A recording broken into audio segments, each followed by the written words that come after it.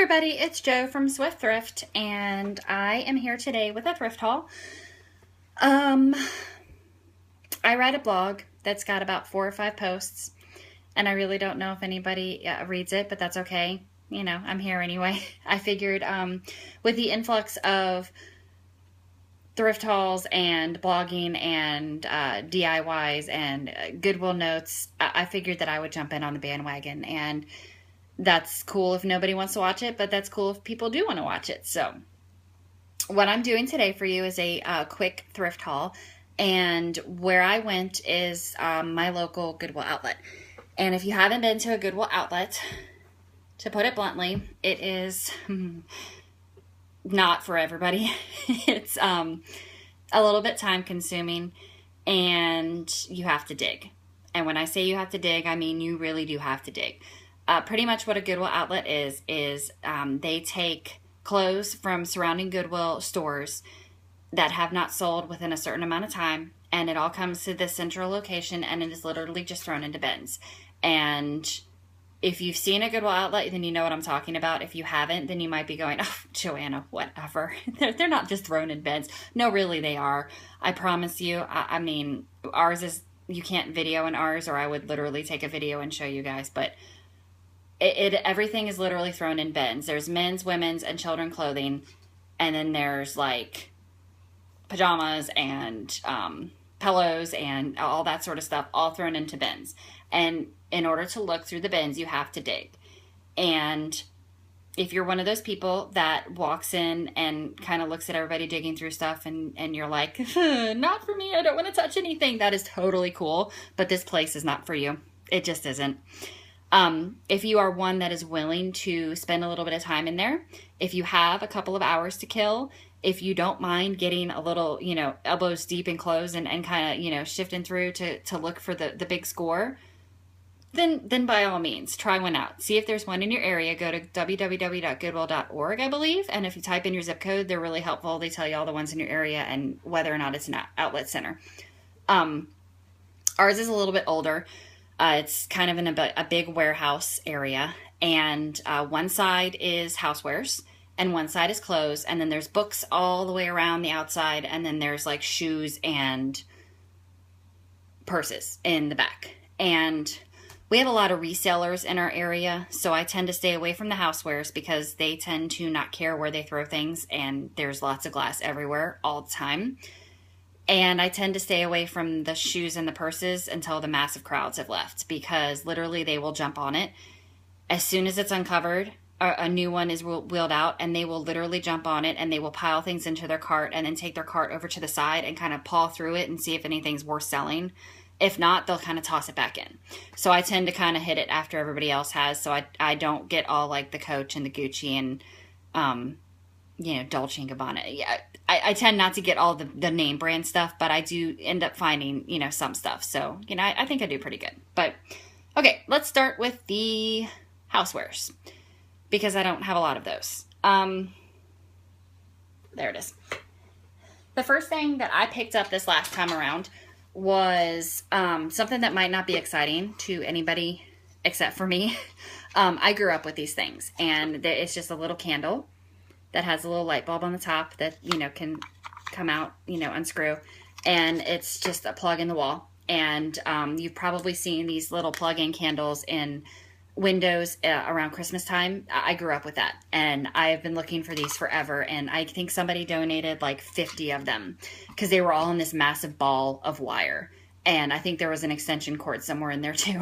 So I untangled about 7 or 8 of them so I could have a couple of extras. And I'm very, very, very, very excited to put them out this Christmas. So, yay! The second thing that I picked up in the houseware section was this little jewelry roll. Jewelry. It holds jewelry. It's just this little roll-up thing, and it's got like zippers and pockets, and what you do is you just throw your jewelry in, and then you kind of like roll it up and tie it up, and then you just throw it in your luggage. I had one of these in college. I loved it, and it disappeared. So I've been looking for one that I don't have to pay an arm and a leg for, and this was just it. I mean, it's kind of awesome material. It's kind of sparkly. It's got like roses with like gold thread on it. So it's pretty too.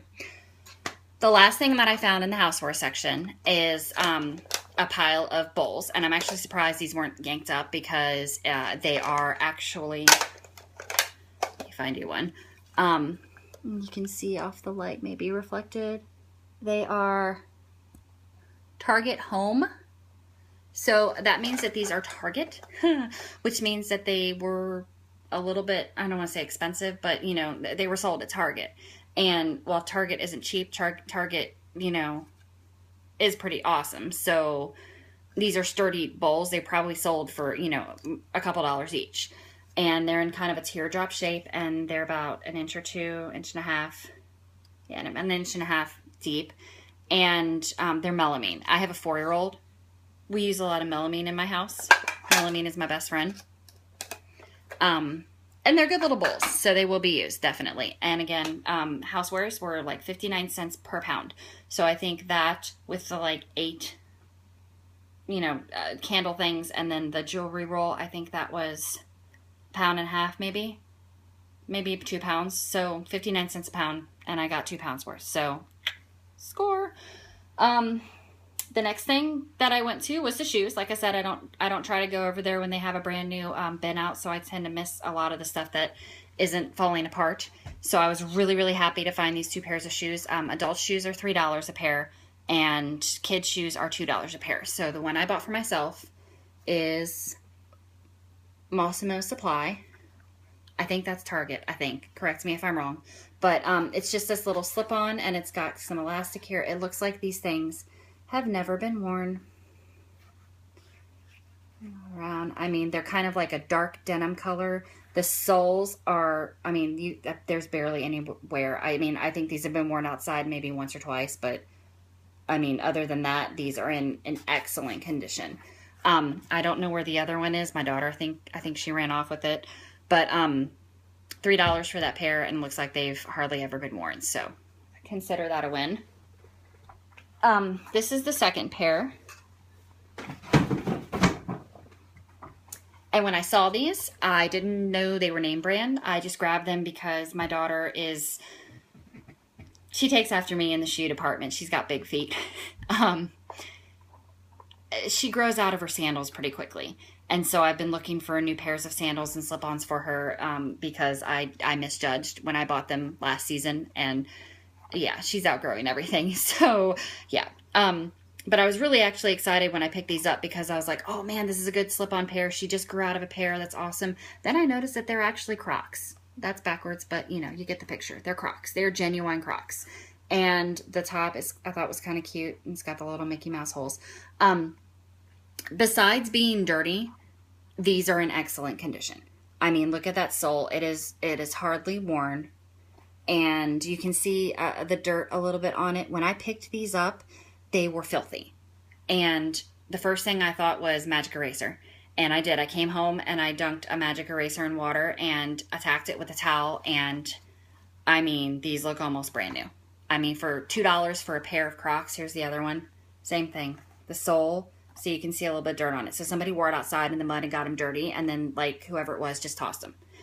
And, I mean, if you can look past a little bit of dirt, anything can be clean. You know, I mean, anything can be revamped. Obviously, if it's going to be a little bit too torn up for you to mess with, or if you don't want to put the elbow grease in it, by all means, leave it there. Somebody else will. I've definitely passed up on things that are just too worn and just would require too much work. But at the same token, I don't mind putting a little bit of work into something to make it gold again. So, you know, I'm all for that. All right, let me do the books next, and I think we're gonna have to cut it short because my phone doesn't have a lot of memory, and that is the only thing that will record me right now. So, books are weird. There's no actual labeled sign for books as to how much they are. I've heard rumors that some people say like hardbacks are 50 cents and paperbacks are 25 cents.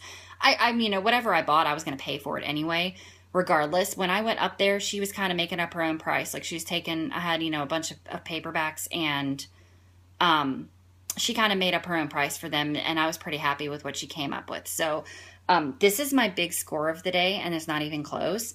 But I was walking up and down the book aisle, and I picked up some stuff, and I happened to glance down, and I see this. And I think, oh my God, Hunger Games. And I have been looking for these books forever because I got them from the library when they first, turned into movies, and came out, and I got them to reread and everything. But these are all hardback books, and these are all in literal perfect condition. There are no tears on these. There are no marks on these. On the inside of the pages, I say no marks, and then this one has a mark, but a tiny bit of damage up here to the front cover, but no marks inside the book. They are in perfect condition, no folds, no tears, except for that one cover. I mean, they are gorgeous. I paid $2 for these. I honestly thought she was going to charge me like, $2 a book or whatever, but she looked at the box and she looked at the thing and she's like, $2. I was like, okay, mine, steal. So I was pretty happy about that. And then a couple of other hardbacks I picked up were this one, Catherine of Aragorn. And I love old books. I'm a big book reader. I've been kind of limited to Kindle now because we don't have a lot of room on our bookshelf.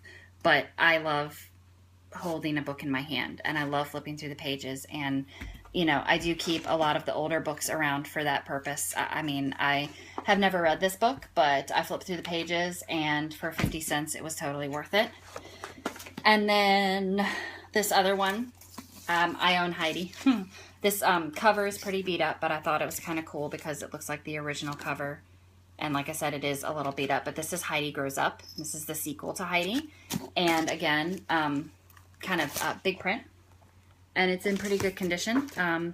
My daughter and I are into chapter books now. We read a chapter a night before she goes to bed, and I figured that I will start collecting things like Heidi and this one and a couple of other ones, and we'll kind of eventually grow into them. So I thought that would be pretty fun. A couple other ones is one of my favorites growing up that I don't have a copy of, but I got from my daughter, and that is The Secret Garden. And again, just good print, really good condition. I picked her up another Madeline book. We are in love with Madeline books in this house. We have about 4 or 5 right now, and this is one that we did not have. So, notwithstanding that the artwork is beautiful, but I love these stories, and so does my daughter. So, and then another one that I grew up with, and that would be Richard Scarry's What Do People Do All Day? And the only damage on this book is the spine is a little messed up, but my dad is a whiz at fixing these type of things, so I'm going to talk to him and see what he can do about it. But other than that, I mean, really good condition. No marks on the pages. And again, I grew up with this. We've already read this several times for bedtime, and it's one of her favorites now. So I was really excited about that. I think she said $3 for the Hunger Game books, and then I think she said like